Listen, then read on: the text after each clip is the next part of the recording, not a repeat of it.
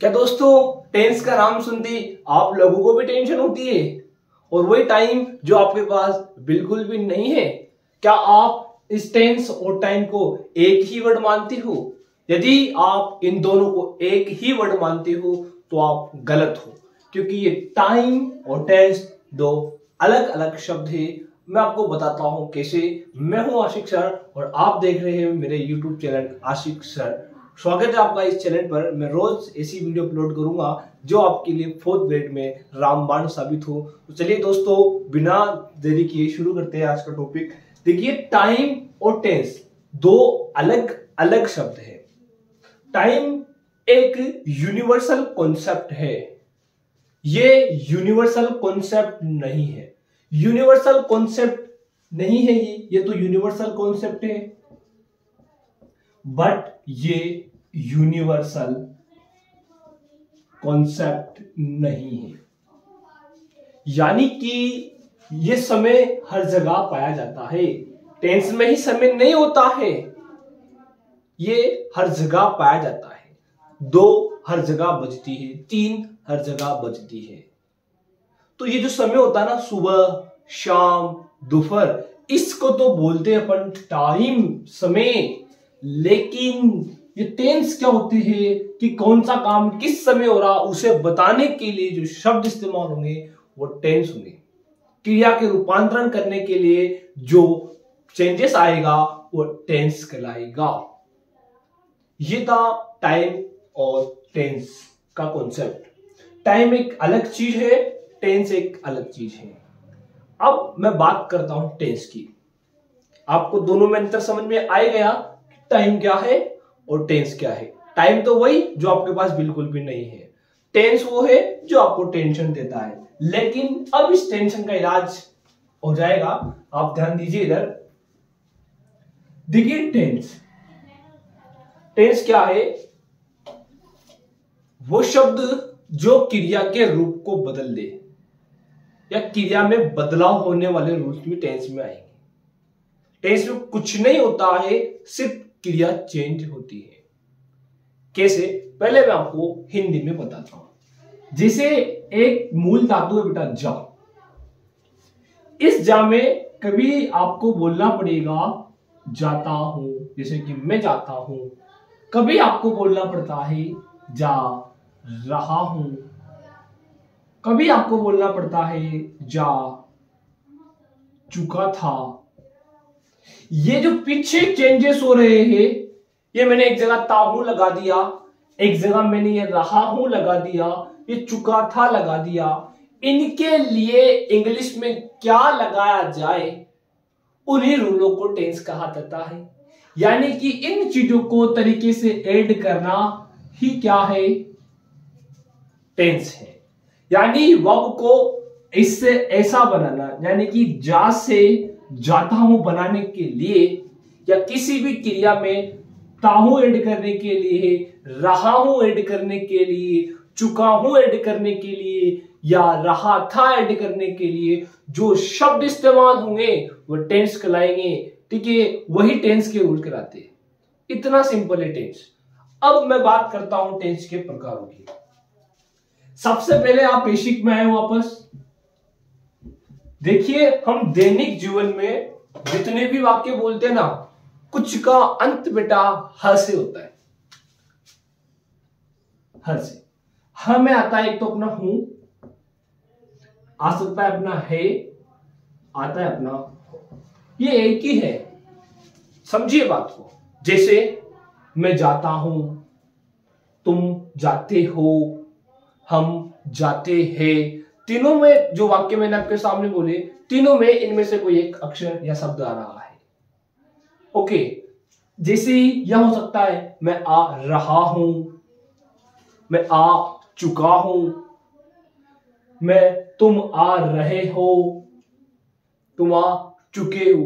तो ऐसे वाले वाक्य जिसका हिंदी में अंत में हूं, है, हो आ रहा हो, इसे हिंदी में बोलते हैं वर्तमान काल।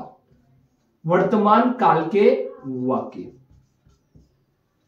यानी जिन हिंदी वाक्यों के अंत में ये हूं आता है, हे आ जाता है, हो आ जाता है, आप उन्हें बोलते हो कि ये वर्तमान काल के वाक्य है। लेकिन मैं आपको बता देता हूं, वर्तमान को तो बोलते प्रेजेंट, और बेटा काल को बोलते टेंस। तो ये बना अपना प्रेजेंट टेंस। यानी कि जिस प्रकार से वह वाक्य जिनके अंत में हूं, है, हो आ रहा हो, वो वर्तमान काल के कहलाते हैं, और वर्तमान काल को इंग्लिश में प्रेजेंट टेंस बोलते हैं। यानी कि जिस वाक्यों के अंत में ये हूं आ रहा हो, है आ रहा हो आ रहा हो, इंग्लिश में उन्हें प्रेजेंट टेंस बोलेंगे। क्लियर?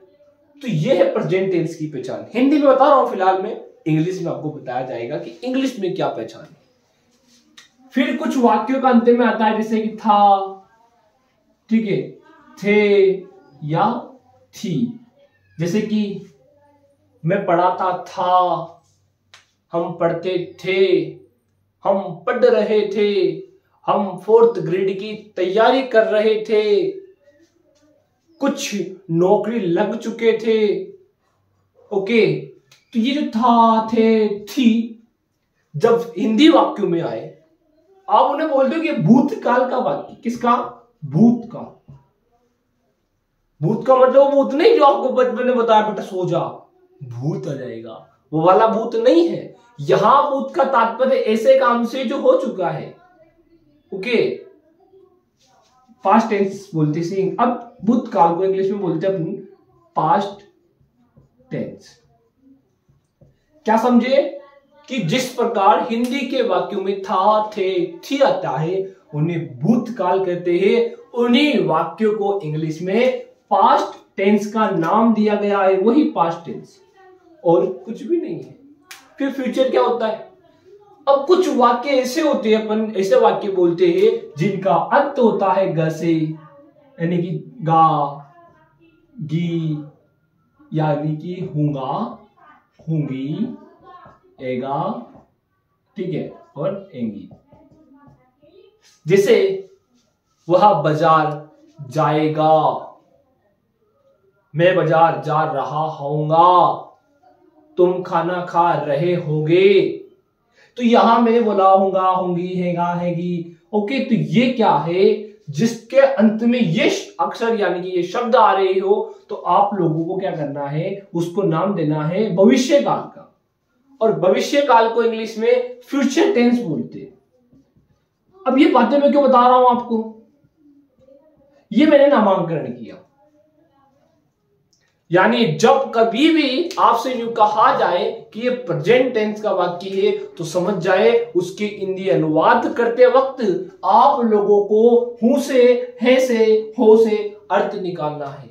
और पास्ट का बोलूं तो आपको था, थे, थी से अर्थ निकालना है। और जब फ्यूचर का बोला जाए तो आपको सब्जेक्ट के अनुसार होगा, होंगी, हैगा, हैंगी लगाना है। समझ में आ रहा है आप लोगों को? ये कॉन्सेप्ट है। नामांकन किया गया है, इन शब्दों को कुछ नाम दिया गया है, इन पहचानों को याद रखने के लिए नाम दिया गया है। जैसे मुझे नाम दिया गया, मेरा नाम मेरे घर वालों ने रखा, आपका भी नाम रख रखा है। इस दुनिया में हर चीज का नाम होता है। जैसे इसका नाम पेन है, वैसे ही बेटा ऐसे वाक्य जिनके अंत में है आ रहा हो, उन्हें लगभग प्रेजेंट टेंस कहा जाता है। और ऐसे वाक्य जिनके अंत में था, थे, थी आ रहा हो, उन्हें पास्ट टेंस के वाक्य कहा जाता है। और जिसके अंत में होगा, होंगी, हैगा, हैंगी ये शब्द आ रहे हो, उन्हें फ्यूचर टेंस का वाक्य कहा जाता है। यानी जब फ्यूचर टेंस का वाक्य आ जाए आपको, तो उसका अर्थ निकालना है हैगा, हैंगी, होगा, होंगी से। पास्ट का अर्थ निकालना है था, थे, थी से। और जो प्रेजेंट है उसका अर्थ निकालना है हूं, हो से। ये तो मैंने टेंस के 3 प्रकार के नाम बता दिए आपको कि प्रेजेंट, पास्ट और फ्यूचर। अब इनके भी कई प्रकार होते हैं। पहले तो आप प्रेजेंट का मतलब समझिए।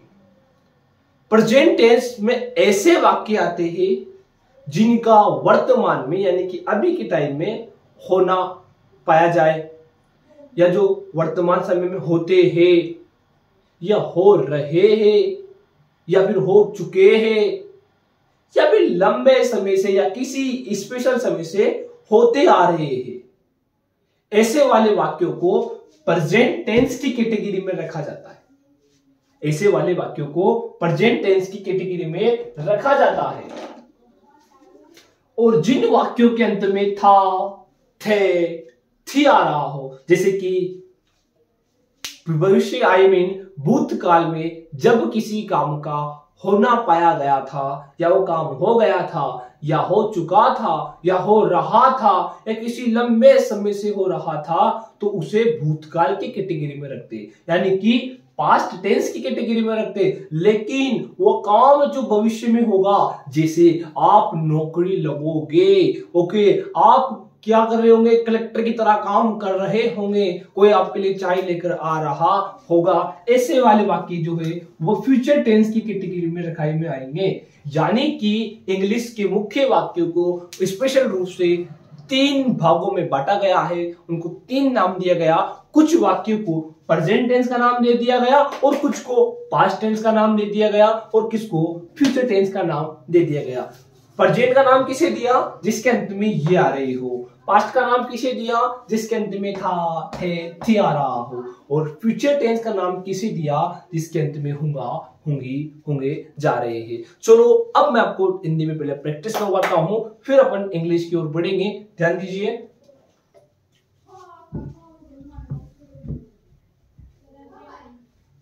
अब आपको फाइंड आउट करना है कि कौन सा प्रेजेंट का वाक्य है, कौन सा पास्ट का है, वो कौन सा फ्यूचर का। ओके, पूरा ध्यान नहीं होना चाहिए और कोई। सबसे पहले मैंने कहा हम रोज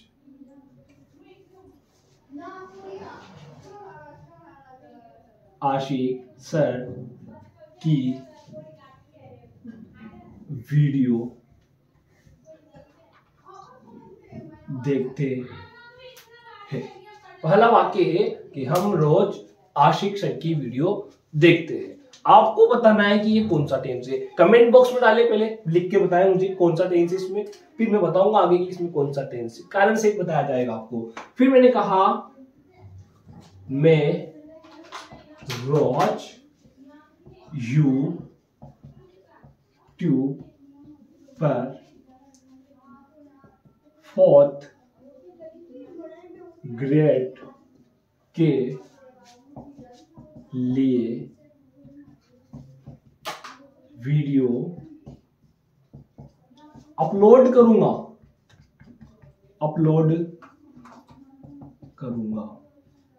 जी हाँ दोस्तों, मैं आपको फिर बता देता हूं, इस चैनल में रोज 4th ग्रेड के लिए वीडियो अपलोड की जाएगी, जो ना केवल आपके 4th ग्रेड के लिए, बल्कि जब आप BSTC करोगे, PTT करोगे, या अन्य जो कोई कंपटीशन एग्जाम दोगे, वहां हर जगह ये चीजें काम आएगी, जो कि आपको डेली यूट्यूब पर मिलेगी। यदि आपने चैनल को अभी तक लाइक नहीं किया, सब्सक्राइब नहीं किया, तो पहले जाकर सब्सक्राइब कर ले, ताकि आप अगली वीडियो से चूक ना जाए। आपको ऐसी इंफॉर्मेशन वाली वीडियो मिलती रहेगी, इसलिए आप एक बार सब्सक्राइब जरूर कर ले। आगे देखिए, आप वीडियो अपलोड करूंगा। फिर मैंने आपसे कहा हम टेंस पढ़ चुके थे। अब देखो, तीनों मैंने आपके सामने वाक्य लिखे और तीनों अलग अलग प्रकार के वाक्य हैं। तो ध्यान दीजिए, मैंने जस्ट आपसे कहा था कि जिस भी वाक्य के अंत में है आ रहा हो, क्या आ रहा हो, है, तो वो कौन सा टेंस का वाक्य होगा, प्रेजेंट का होगा, या फिर पास्ट का होगा, या फ्यूचर का होगा। बताइए कमेंट बॉक्स में लिखिए कौन सा का होगा। तो अभी दिखाया था कि है का होने पर आपको उसका नाम देना है प्रेजेंट, उसका नामांकन क्या करना है, प्रेजेंट। और जिसके अंत में होगा, होंगी, रहा होगा, रही होंगी, ऐसे शब्द आ रही हो, तो उसे नाम देना है आपको फ्यूचर टेंस का। और जिसमें आ रहा हो था, थे, थी, उसे नाम देना है पास्ट का। दोस्तों, आज आप सीख गए कि कौन से वाक्य प्रेजेंट के होते हैं, कौन से वाक्य पास्ट के होते हैं, कौन से वाक्य फ्यूचर के होते हैं। ये फिलहाल मैंने आपको हिंदी में समझाया है कि हिंदी में कौन से वाक्य को प्रेजेंट में माना जाएगा, कौन से को पास्ट में माना जाएगा, कौन से को फ्यूचर में माना जाएगा। अगर आपको वीडियो से फायदा हुआ हो और आपको वीडियो आपके लिए हेल्पफुल हुई हो तो आप वीडियो को जरूर लाइक करें और चैनल को सब्सक्राइब करें। और हाँ, आप कमेंट बॉक्स में जाकर जो मैं कुछ क्वेश्चन दे रहा हूं उसके आंसर मुझे लिख कर बताएं कि क्या इसका आंसर है। देखिए,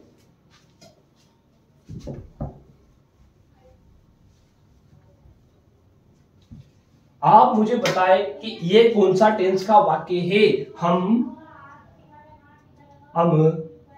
पढ़ रहे थे, वह अच्छा आदमी है। क्या आपने वीडियो देखा? ये आप मुझे बताएं कि ये कौन से टेंस के वाक्य है। आपको इनके प्रकार नहीं बताने हैं, मात्र टेंस का नाम बताना है कि ये प्रेजेंट के है, कि पास्ट के है, कि फ्यूचर के है। और एक बात और याद रखिए, बताने के साथ ये भी बताए कि ये प्रेजेंट का क्यों है, ये पास्ट का क्यों है, ये फ्यूचर का क्यों है। ऐसा आपको बताना पड़ेगा कि कौन से शब्द से पता चला आपको कि ये प्रेजेंट का वाक्य है। यहां आप कंफ्यूज मत होना, देखा था कर लीजिए, बाद में और बताया जाएगा इसके। Okay, bye. जय हिंद दोस्तों।